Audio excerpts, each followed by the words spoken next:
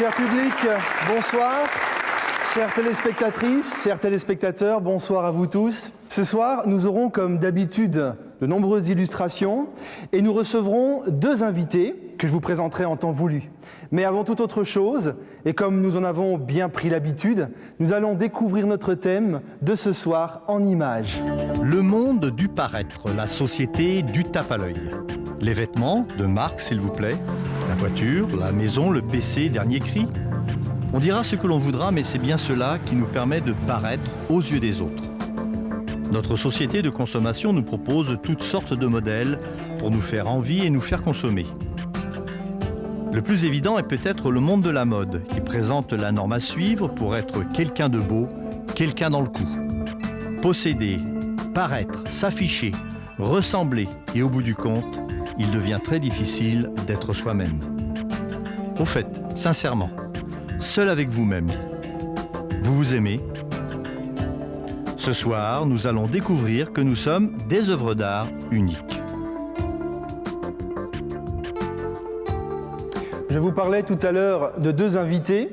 Il est temps maintenant d'accueillir le premier, ou plutôt devrais-je dire la première. Alors s'il vous plaît, accueillons comme il se doit Amélia.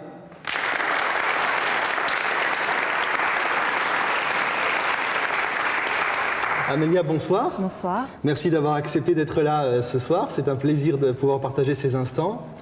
Alors, comme on vient de le voir, vous avez travaillé en tant que mannequin. Tout à fait. Alors, j'avais envie de commencer avec une question un petit peu impertinente, un petit peu dans l'idée du sommaire qui dit qu'aujourd'hui, on mise sur le tape à l'œil. Alors, vous avez travaillé en tant que mannequin. Est-ce que ça veut dire que vous misez sur le paraître? Moi, non. C'est-à-dire qu'en fait, ce métier est un petit peu venu à moi, contrairement à d'autres personnes qui se mettent dans le milieu. Ça a été une expérience que je ne regrette absolument pas, parce que c'était une très très belle expérience. J'ai réalisé, je dirais, un rêve de jeune fille, en fait, tout bêtement.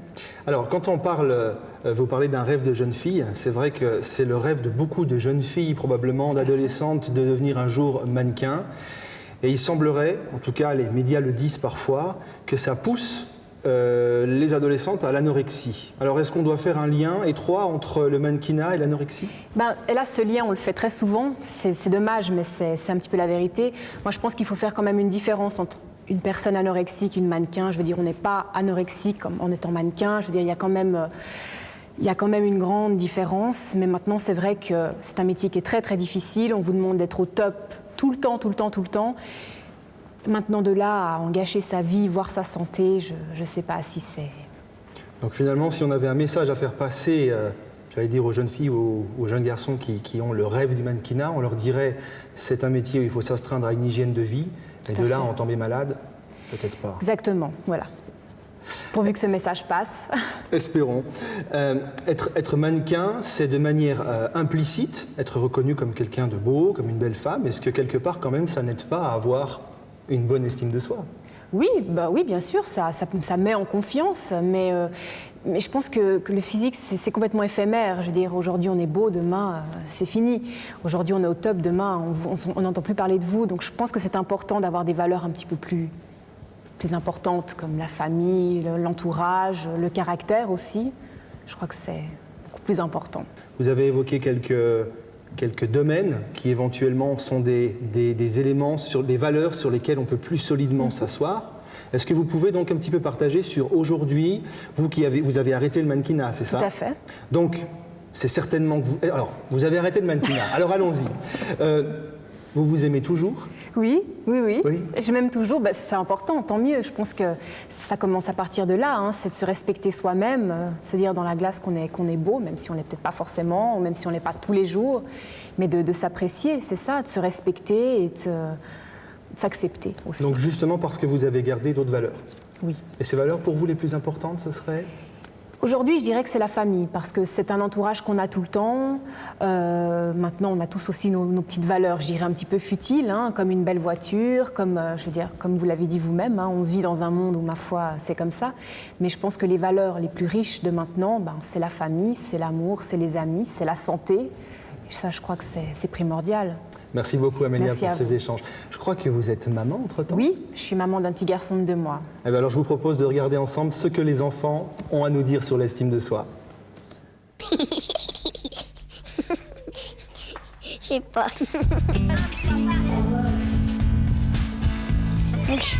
Non.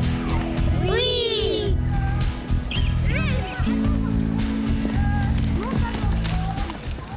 Quelqu'un qui est très très très riche, ou peut-être le président. Qui a beaucoup d'argent. C'est quelqu'un qui est riche. C'est qu'il est un peu riche. Il y a des choses qui sont brillantes, des choses qui sont belles. C'est lui la valeur en fait. Il est gentil et voilà.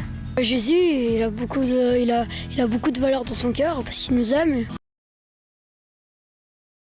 Une personne se rend chez son médecin, convaincue que cette personne a besoin d'un régime amaigrissant. Le médecin la voit arriver, il voit cette personne tout à fait équilibrée et se dit mais non, elle a rien besoin de particulier. Alors le médecin va quand même choisir de lui faire une ordonnance. Il va lui prescrire changez de miroir. Regardez-vous dans les yeux de celui qui vous aime. De toute façon, vous serez d'accord avec moi pour dire que le physique, ce n'est pas ça l'essentiel. Vous serez d'accord pour dire qu'il ne faut pas s'arrêter sur tout ce que nous possédons, ou encore plus sur ce que nous ne possédons pas. Il ne faut pas prêter attention à cela. Mais voilà, encore et toujours ce même regard, celui des autres, les réflexions, et tous ces éléments, nous ne pouvons pas les ignorer. Alors, la religion. La religion offre-t-elle un refuge en matière d'estime de soi ? Malheureusement, j'ai envie de répondre non. Non, parce qu'il y a ce cliché répandu, dans les milieux croyants en général, s'aimer, c'est être orgueilleux.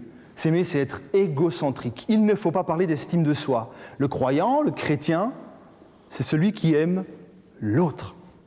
Alors c'est vrai que Jésus a invité à avoir de l'estime pour les autres. Mais il l'a fait d'une manière bien particulière, en disant « Tu dois aimer ton prochain comme toi-même ».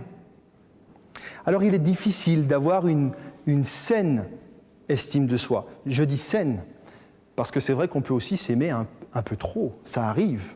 Avoir un ego surdimensionné, au détriment de ceux qui nous entourent. On leur prend un petit peu leur place, mais bon, ça fait du bien. Au fond, me direz-vous, de toute façon, nous pouvons parler de tout cela, nous sommes ce que nous sommes.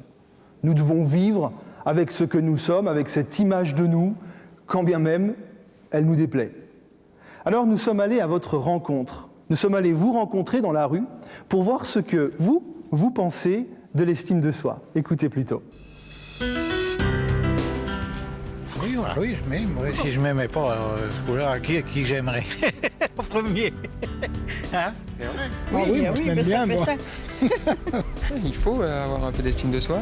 Bien sûr. On m'a dit qu'il fallait qu'on s'aime soi-même pour être bien dans sa peau. Énormément, je m'adore.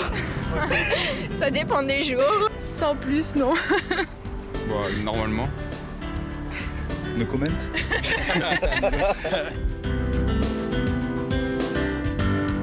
Ça repose pas forcément sur la réalité, c'est une question de confiance en soi, c'est le regard des autres. Quand on a rendu heureux quelqu'un, ça nous rend heureux soi-même. Une confiance en soi déjà. Ouais, je sais pas du tout comment ça. C'est le regard des autres sur soi. La réussite. Si on réussit, on est plus content de soi que si on rate. Le regard des gens. Vous l'avez vu dans le micro-trottoir, les avis sont partagés. Certains peuvent déclarer qu'ils s'aiment, d'autres ont plus de difficultés, mais dans tous les cas, on s'aime parce qu'il faut bien. Alors, parler de l'estime de soi, c'est prendre le temps aussi de s'arrêter avec un spécialiste. Et c'est précisément le rôle de notre deuxième invité. Il s'agit de monsieur Jacques Poujol, psychothérapeute. Alors, accueillons-le chaleureusement.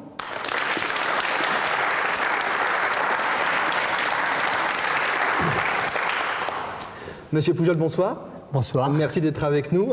Comme je le disais à l'instant, vous êtes psychothérapeute. Vous êtes également responsable d'un site internet d'aide, de relations d'aide.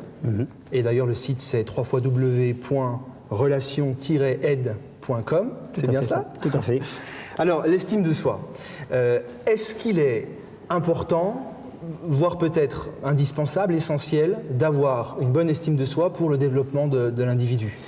Je pense qu'une bonne estime de soi, c'est ce qui va souvent nous libérer de nos paralysies, nos peurs dans les rencontres de l'autre.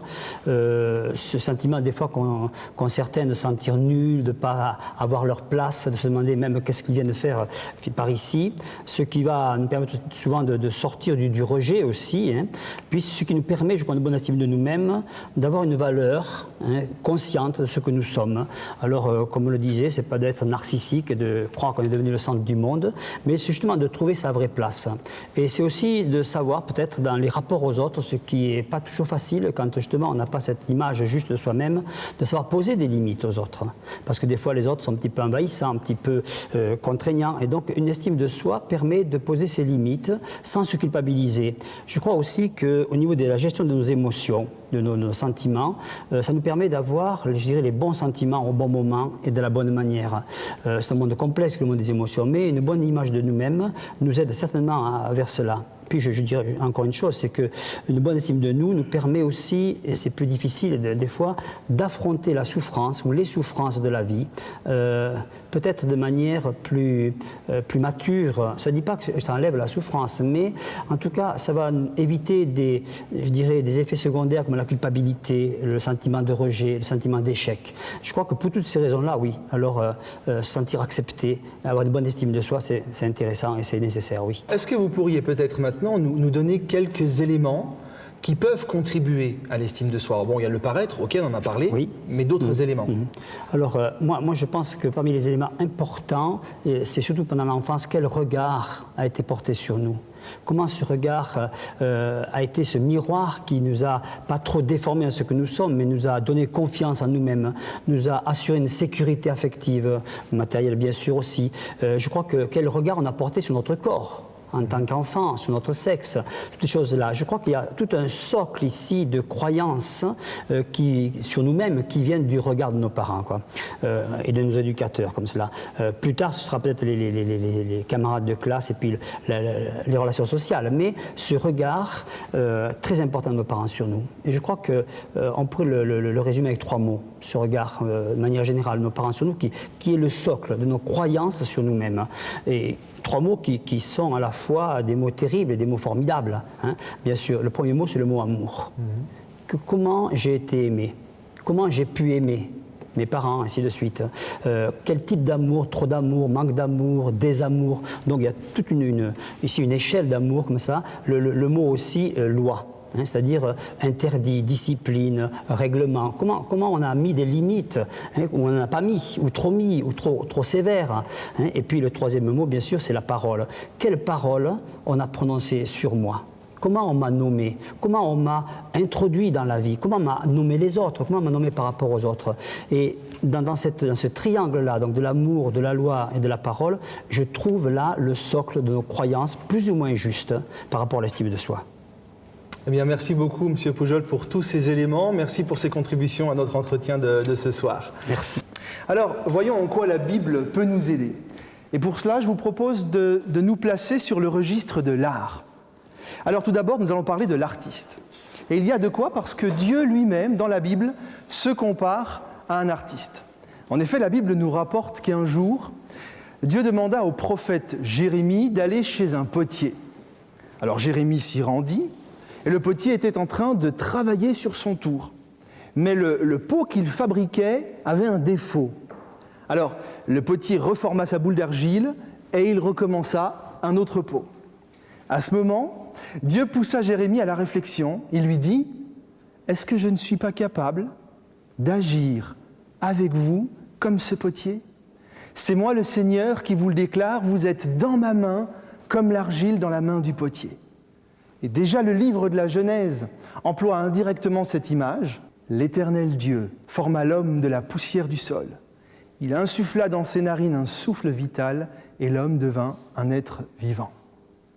Nous avons beaucoup de mal à accepter cette notion d'un Dieu potier, d'un Dieu créateur. Nous n'acceptons pas cette idée qui nous semble trop simpliste. Nous sommes presque révoltés contre l'idée d'un créateur. Et le prophète Ésaïe l'exprime bien en disant « Est-ce qu'on peut confondre le potier avec l'argile? Est-ce que l'objet va dire de l'artisan « Ce n'est pas lui qui m'a fait » Est-ce que le vase va dire du potier « il ne sait pas travailler » ? En rejetant cette idée de Dieu créateur, nous manquons un enseignement essentiel. Dieu, en créant l'homme, avait un projet comme en a tout artiste lorsqu'il entreprend de créer une œuvre d'art. La Bible nous rapporte ce projet. Dieu dit « Faisons les êtres humains à notre image et qu'ils nous ressemblent vraiment. » Alors, lorsque la Bible nous parle d'un Dieu qui crée à son image, de quoi s'agit-il ? Eh bien, le texte de la Genèse nous permet de saisir une partie de ce qu'implique cette notion d'être créé à l'image de Dieu. Dans le récit de la création, jour après jour, Dieu crée. Il crée et il déclare que ce qu'il crée est bon. Puis vient le 6e jour. Le 6e jour, Dieu crée l'homme. Et là, Dieu regarde le résultat de son travail et il dit « Il n'est pas bon que l'homme soit seul ». Dieu va alors créer la femme. Il fait tomber l'homme dans un sommeil très profond, il lui prend une côte, il referme la peau à sa place. Avec cette côte, le Seigneur Dieu fait une femme, il l'amène à l'homme. Alors l'homme dit « Voici quelqu'un comme moi. Elle tient vraiment de moi par tout son corps, on l'appellera femme de l'homme parce qu'elle vient de l'homme. » Et oui, lorsqu'Adam voit Ève, c'est le coup de foudre. Il tombe amoureux. Et là, Dieu, lorsqu'il va voir cet amour naître entre eux, il va dire à la fin de cette 6e journée de travail, c'est très bon. Son objectif est atteint.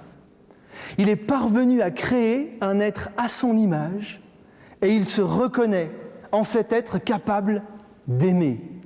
L'œuvre porte la marque de l'artiste, c'est l'amour. Nous portons donc, en quelque sorte, tous la signature de Dieu. C'est le premier élément qui donne de la valeur à une œuvre d'art.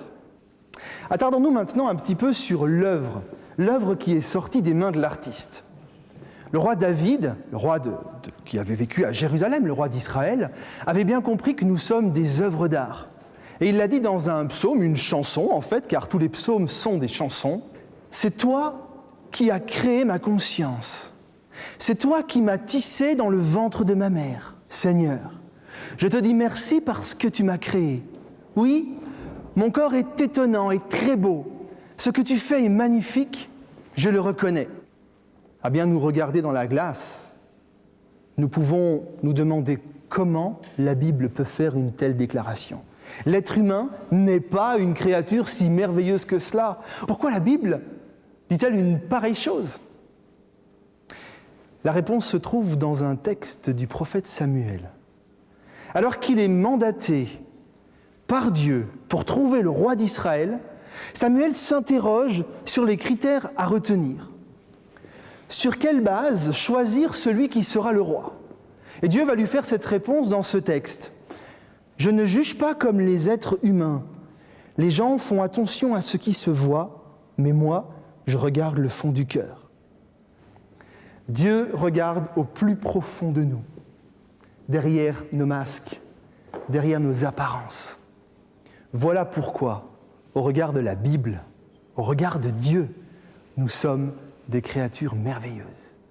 Il voit en chacun de nous, il voit au plus profond de nous une capacité à aimer, une capacité à être bon. C'est cela que Dieu voit premièrement. Un deuxième élément qui donne de la valeur, c'est le regard que l'on porte sur l'objet ou sur l'être en question. Alors c'est vrai, il y a la signature, mais il y a l'attention que l'on accorde à un objet. Dans la Bible, Dieu nous dit qu'il nous accorde de la valeur. Il vaut la peine d'écouter ces déclarations. La première, « Je t'aime depuis toujours et pour toujours. C'est pourquoi je reste profondément attaché à toi. Je t'ai appelé par ton nom. Tu es à moi. Oui, je tiens beaucoup à toi et tu es précieux et je t'aime. » Il y a toujours quelqu'un qui nous aime. Regardez-vous dans les yeux de Dieu. Ce qui donne de la valeur, c'est non seulement la signature, c'est non seulement l'attention que l'on porte, mais c'est aussi la rareté. Plus un élément est rare, plus sa valeur augmente. Or, les scientifiques ont révélé que d'un point de vue génétique, nous sommes tous totalement différents les autres.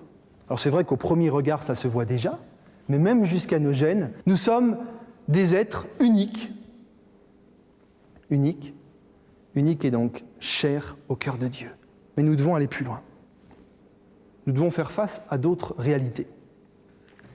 Il y a notre passé, parfois difficile à assumer. Il y a tout ce que nous voudrions être, ou ne pas être, et ce que nous sommes. L'apôtre Paul a connu ce même déchirement. Et il va l'exprimer dans un texte, il est vrai, très compliqué, dont je vous rapporte quelques extraits. Il dit « Je suis un homme faible. Vraiment, ce que je fais, je ne le comprends pas. Ce que je veux, je ne le fais pas. Et ce que je déteste, je le fais. Pour moi, vouloir faire le bien, dit-il, c'est possible. Mais le faire, c'est impossible. » Sincèrement, qui ne connaît pas de tels déchirements ? Des déchirements qui peuvent parfois devenir insupportables, qui peuvent véritablement nous faire souffrir. Paul, lui, semble avoir trouvé une solution. Il nous dit que cette solution, c'est Jésus. Alors cela peut nous paraître peut-être étrange, peut-être simpliste, et pourtant, lorsque nous considérons le Jésus des évangiles, nous voyons un homme qui considère ceux qu'il rencontre non dans les limites de ce qu'ils sont, mais dans la perspective de ce qu'ils peuvent devenir. Je pense à cette femme, prise en flagrant délit d'adultère.